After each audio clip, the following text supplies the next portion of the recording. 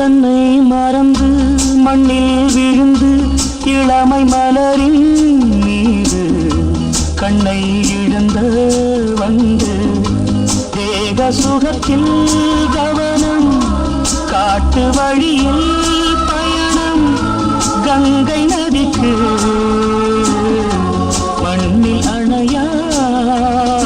இளமையினும் பூங்காற்று